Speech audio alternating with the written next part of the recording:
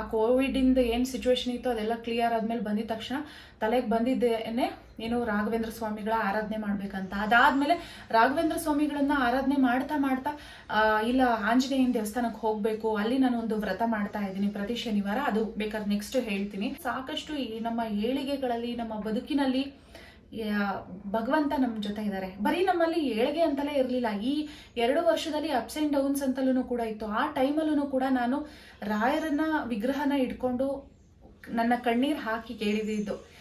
Hi, ನಮಸ್ತೆ, welcome to my channel. ಈ ಹಿಂದೆ ನಾನು ರಾಘವೇಂದ್ರ ಸ್ವಾಮಿಗಳ ಬಗ್ಗೆ ಹಾಗೆ ಪೂಜೆ ವ್ರತದ ಬಗ್ಗೆ ಮಾತಾಡಿದ್ದೆ. ತುಂಬಾ ಜನ ಇಷ್ಟಪಟ್ರಿ ಅಂದ್ರೆ ನಿಮ್ಮ ಲೈಕ್ಸ್ ಎಷ್ಟು ನೋಡಿದೆ ಅದು ಖುಷಿ ಅಂತ ಅನ್ನಿಸ್ತು. ತುಂಬಾ ಜನ ದೇವರನ್ನ ನಂಬೋ ಅಂಥವ್ರು ಇದಾರಲ್ಲ, ನೋಡಿದಾರಲ್ಲ ವಿಡಿಯೋನ ಅನ್ನೋದು ತುಂಬಾನೇ ಖುಷಿ ಅಂತ ಅನ್ನಿಸ್ತು. ಈಗ ಮೊದಲನೇದಾಗಿ ಕಲಿಕಾಲದಲ್ಲಿ ಪ್ರಾರ್ಥನೆ, ಪೂಜೆ, ವ್ರತ ಇದೆಲ್ಲವೂ ಕೂಡ ಫಲ ಕೊಡುತ್ತಾ, ನಾವು ಹೇಗೆ ಪೂಜೆನ ಮಾಡಬೇಕು, ಯಾವ ರೀತಿ ನಮ್ಗೆ ಏನು ದೇವರ ಜೊತೆ ಒಂದು ಕನೆಕ್ಟ್ ಅನ್ನ ನಾವು ಹೇಗೆ ಇಟ್ಕೋಬಹುದು ಅಂತ ಅನ್ನೋದನ್ನ ನನ್ನ ಒಂದು ಎಕ್ಸ್ಪೀರಿಯನ್ಸ್ ಮೂಲಕ ನಾನು ನಿಮ್ಮ ಜೊತೆ ಶೇರ್ ಮಾಡ್ತೀನಿ.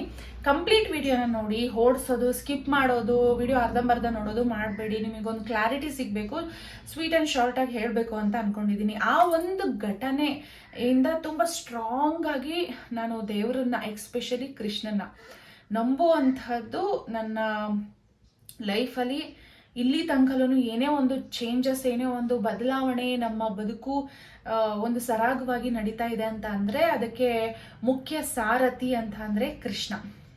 ಸೊ ಕೃಷ್ಣ ಎವ್ರಿಥಿಂಗ್ ಅಂತ ಹೇಳ್ತಾರಲ್ಲ, ಕೃಷ್ಣ ಎಲ್ಲ ಅಂತ, ಅದು ನಿಜವಾಗ್ಲೂ 1000ಕ್ಕೆ 1,00,000 ಪಟ್ಟು ಸತ್ಯ.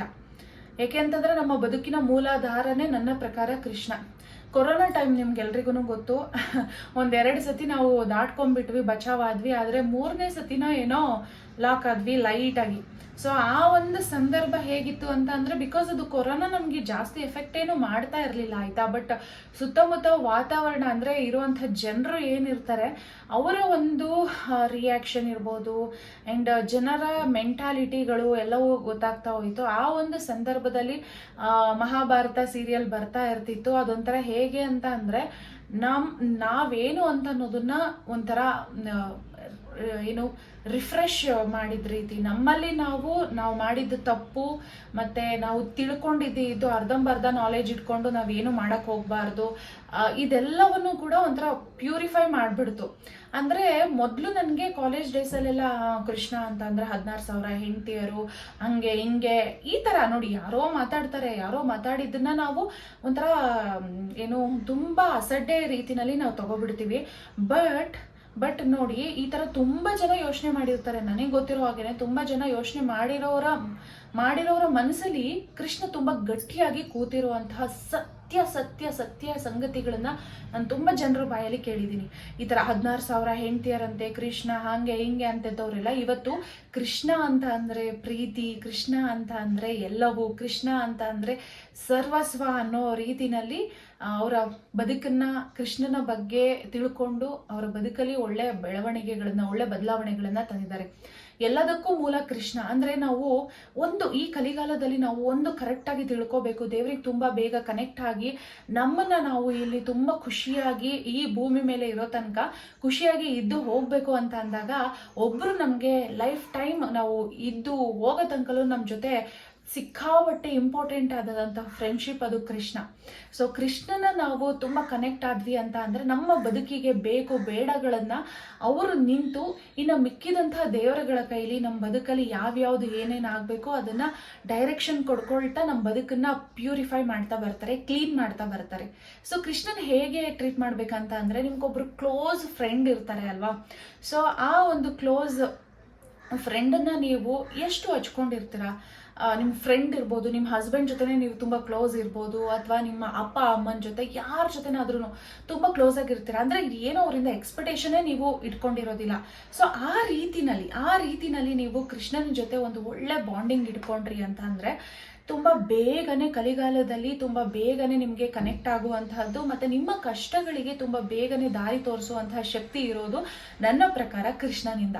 ನಾನು ಆಡೋ ಭಾಷೆಗಳು, ನಾನು ಮಾತಾಡ್ತಾ ಇರೋದು, ನಾನು ಇಷ್ಟೊಂದು ಕಾನ್ಫಿಡೆಂಟ್ ಆಗಿ ಇಷ್ಟು ಚೆನ್ನಾಗಿ ಹೇಳ್ತಾ ಇದ್ದೀನಿ ಅಂತ ನನ್ಗೆ ಅನ್ನಿಸ್ತಾ ಇದೆ. ಸೊ ಅದಕ್ಕೆ ಮೇನ್ ಕಾರಣ ಕೃಷ್ಣನ ಬಗ್ಗೆ ಅಷ್ಟು ಪ್ರೀತಿ, ಒಲವು, ಮತ್ತೆ ಅವನ ಬಗ್ಗೆ ಮಾತಾಡ್ತಾ ಇದ್ರೆ ಮಾತುಗಳು ಪಟಪಟ ಪಟಪಟ ಅಂತ ಬರ್ತಾ ಇರುತ್ತೆ. ಅಂದ್ರೆ ಅಲ್ಲಿಗೆ ಅವನು ಅಷ್ಟು ನಮ್ಮ ಬಾಡಿಲಿ ಆವರಿಸ್ಕೊಂಡಿದ್ದಾರೆ. ಕೃಷ್ಣ, ರಾಧಾಕೃಷ್ಣ, ರಾಧಾಕೃಷ್ಣ, ರಾಧಾಕೃಷ್ಣ, ರಾಧಾಕೃಷ್ಣ, ರಾಧಾಕೃಷ್ಣ ಅಂತ ನೀವು ಜಪ ಮಾಡ್ತಾ ಇದ್ದಾಗ್ಲೇನೆ ಅಷ್ಟೇನೆ ನಿಮ್ಮ ತಪ್ಪುಗಳನ್ನ ಪ್ಯೂರಿಫೈ ಮಾಡ್ತಾ ಬರ್ತಾ ಇರ್ತದೆ. ಅಂದ್ರೆ ನಿಮಗೆ ಗೊತ್ತಿಲ್ದಲೇನೆ ನೀವು ನಿಮ್ಮ ತಪ್ಪು ಯೋಚನೆಗಳಿರ್ಬೋದು, ತಪ್ಪು ಆಲೋಚನೆಗಳಿರ್ಬೋದು, ಇನ್ನೊಬ್ರ ಬಗ್ಗೆ ತಪ್ಪಾಗಿ ಮಾತಾಡೋದಿರ್ಬೋದು, ಇದೆಲ್ಲವನ್ನೂ ಕೂಡ ನೀವು ಏನು ತಡಿತಾ ಬರ್ತೀರಾ. ಅದ್ರ ಜೊತೆಗೆ ಭಗವದ್ಗೀತೆನ ಓದಿದಾಗ ನಿಮಗೆ ಓದಕ್ಕೆ ಇಷ್ಟ ಇಲ್ಲ ಅಂದ್ರೆ ಮಹಾಭಾರತನ ನೋಡಿ. ಮಹಾಭಾರತ ನೋಡಿದ್ಮೇಲೆ ಓದಬೇಕು ಅಂತ ಅನ್ಸುತ್ತೆ. ಭಗವದ್ಗೀತೆನ ಓದಿ ಅವಾಗ ಎಷ್ಟು ಚೆನ್ನಾಗಿ ಅನ್ಸುತ್ತೆ ಅಂತ ಅಂದ್ರೆ. ಆ್ಯಂಡ್ ನನ್ನ ಲೈಫಲ್ಲಿ ಬಹಳಷ್ಟು ಬಹಳಷ್ಟು ಬಹಳಷ್ಟು ಕೊರೋನಾ ಟೈಮಲ್ಲಿ ಕೃಷ್ಣನ ಬಗ್ಗೆ ಒಂದು ಒಲವು ಹೆಚ್ಚಾಯಿತು. ಅದಾದ್ಮೇಲೆ ಮತ್ತೆ ಏನು ನಮ್ಮ ಕಷ್ಟಗಳನ್ನ ಬಗೆಹರಿಸೋದಕ್ಕೆ ಇಂಥವ್ರನ್ನ ಅಂತ ನೇಮಿಸಿದಾಗ ನನಗೆ ತಲೆಯಲ್ಲಿ ಬಂದಿದ್ದು ರಾಘವೇಂದ್ರ ಸ್ವಾಮಿಗಳು. ನಾವಿಲ್ಲಿಗೆ ಬಂದಿದ್ದ ತಕ್ಷಣ, ಬೆಂಗಳೂರಿಗೆ ಬಂದಿದ್ದ ತಕ್ಷಣ, ಕೃಷ್ಣ ಆ ಕೋವಿಡ್ ಇಂದ ಏನ್ ಸಿಚುವೇಶನ್ ಇತ್ತು ಅದೆಲ್ಲ ಕ್ಲಿಯರ್ ಆದ್ಮೇಲೆ ಬಂದಿದ ತಕ್ಷಣ ತಲೆಗೆ ಬಂದಿದ್ದೇನೆ ಏನು ರಾಘವೇಂದ್ರ ಸ್ವಾಮಿಗಳ ಆರಾಧನೆ ಮಾಡ್ಬೇಕಂತ. ಅದಾದ್ಮೇಲೆ ರಾಘವೇಂದ್ರ ಸ್ವಾಮಿಗಳನ್ನ ಆರಾಧನೆ ಮಾಡ್ತಾ ಮಾಡ್ತಾ ಇಲ್ಲ ಆಂಜನೇಯನ ದೇವಸ್ಥಾನಕ್ಕೆ ಹೋಗ್ಬೇಕು, ಅಲ್ಲಿ ನಾನು ಒಂದು ವ್ರತ ಮಾಡ್ತಾ ಇದ್ದೀನಿ ಪ್ರತಿ ಶನಿವಾರ. ಅದು ಬೇಕಾದ್ರೆ ನೆಕ್ಸ್ಟ್ ಹೇಳ್ತೀನಿ. ಅದನ್ನ ನಾನು ಈಗ ಕಂಟಿನ್ಯೂ ರಾಘವೇಂದ್ರ ಸ್ವಾಮಿಗಳಾಯಿತು, ಅದಾದ್ಮೇಲೆ ಮತ್ತೆ ಆಂಜನೇಯ, ಮತ್ತು ಆಮೇಲೆ ಕೊನೆಗೆ ನಾವು ಮನೆ ತಗೊಂಡಿದ್ದಾಗ ಮತ್ತೆ ಅದೇನೋ ನಾನೇ ಒಂಥರ ನನ್ನಲ್ಲಿ ನಾನೇ ಸಂಕಲ್ಪ ಮಾಡಿದ್ದೆ, ಸತ್ಯನಾರಾಯಣ ಸ್ವಾಮಿ ವ್ರತನ ನಾನು ಪ್ರತಿ ವರ್ಷ ಮಾಡಿಸ್ಬೇಕು ಅಂತ. ಅದೊಂಥರ ಎಷ್ಟು ಮನಸ್ಸಿಗೆ ಖುಷಿ ಕೊಡುತ್ತೆ, ಎಷ್ಟು ಪಾಸಿಟಿವಿಟಿ ಕೊಡುತ್ತೆ ಅಂತ ಅಂದರೆ ಅದು ವರ್ಣನೆ ಮಾಡೋದಕ್ಕೆ ಆಗೋದಿಲ್ಲ. ಸೊ ಸತ್ಯನಾರಾಯಣ ಸ್ವಾಮಿ ವ್ರತನ ಮಾಡಿದ ಪ್ರತಿ ವರ್ಷವೂ ಕೂಡ ನಮ್ಮ ಬದುಕಲ್ಲಿ ಒಂದು ಮಿರಾಕಲ್ ನಡೀತಾ ಇದೆ. ಸೊ ನೀವು ಇಲ್ಲೇ ಯೋಚನೆ ಮಾಡಿ, ನಾನು ಫಸ್ಟು ಕೃಷ್ಣನ ಎಷ್ಟು ಬಿಲೀವ್ ಮಾಡೋದಕ್ಕೆ ಸ್ಟಾರ್ಟ್ ಮಾಡಿದೆ. ಅದಾದ್ಮೇಲೆ ನಮ್ಮ ಕಷ್ಟಗಳನ್ನ ಏನು ತಡೆಯೋದಕ್ಕೆ, ಅಥವಾ ನಮ್ಮ ಲೈಫಲ್ಲಿ ಯಾರು ಇರಬೇಕು ಯಾರು ಇರಬಾರ್ದು ಅಂತ ಡಿಸೈಡ್ ಮಾಡೋ ಅಂಥದ್ದಿರ್ಬೋದು, ನಮ್ಮ ಸುತ್ತಲೂ ಪ್ರೊಟೆಕ್ಟರ್ ರೀತಿನಲ್ಲಿ ಇವರೆಲ್ಲರೂ ನಮ್ಮನ್ನ ಕಾಪಾಡ್ತಾ ಇದ್ದಾರೆ. ಅದು ತುಂಬ ತುಂಬ ತುಂಬ ತುಂಬ ಖುಷಿ ವಿಚಾರ. ಇನ್ಫ್ಯಾಕ್ಟ್ ಈಗ ನಾನೇನು 6 ಮಂತ್ ಪ್ರೆಗ್ನೆನ್ಸಿ ಜರ್ನಿನಲ್ಲಿ ಇದ್ದೀನಿ. ಈ ಒಂದು ಜರ್ನಿನಲ್ಲಿ ನಾನು ನಾರಾಯಣನ ಯಾವಾಗಲೂ, ಕೃಷ್ಣನ್ನ ಯಾವಾಗ್ಲೂ ನಾನು ನನ್ನ ಮುಕ್ಕೋಟಿ ದೇವತೆಗಳನ್ನ ನಾನು ಯಾವಾಗಲೂ ನೆನಪು ಮಾಡ್ಕೊಳ್ತೀನಿ. ಒಂಥರ ಮಿರಾಕಲ್, ನನ್ನ ಬದುಕಿನ ಒಂದು ಅದ್ಭುತವಾದಂತಹ ಮಿರಾಕಲ್ ಅಂತಲೇ ಹೇಳ್ಬೋದು.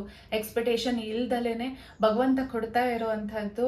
ಸೊ ಹೀಗೆ ನನ್ನ ಸಾಕಷ್ಟು ಸಾಕಷ್ಟು ಸಾಕಷ್ಟು ಈ ನಮ್ಮ ಏಳಿಗೆಗಳಲ್ಲಿ, ನಮ್ಮ ಬದುಕಿನಲ್ಲಿ ಭಗವಂತ ನಮ್ಮ ಜೊತೆ ಇದ್ದಾರೆ. ಬರೀ ನಮ್ಮಲ್ಲಿ ಏಳಿಗೆ ಅಂತಲೇ ಇರಲಿಲ್ಲ, ಈ 2 ವರ್ಷದಲ್ಲಿ ಅಪ್ಸ್ ಆ್ಯಂಡ್ ಡೌನ್ಸ್ ಅಂತಲೂ ಕೂಡ ಇತ್ತು. ಆ ಟೈಮಲ್ಲೂ ಕೂಡ ನಾನು ರಾಯರನ್ನ ವಿಗ್ರಹನ ಇಟ್ಕೊಂಡು ನನ್ನ ಕಣ್ಣೀರು ಹಾಕಿ ಕೇಳಿದ್ದು, ನೀವೆಷ್ಟು ಕಷ್ಟ ಕೊಡ್ತೀರಾ ಕೊಡಿ, ನಾನು ನಿಮ್ಮನ್ನ ನಂಬ್ತೀನಿ, ನೀವು ನಮ್ಮನ್ನ ಕೈ ಬಿಡಲ್ಲ ಅಂತ.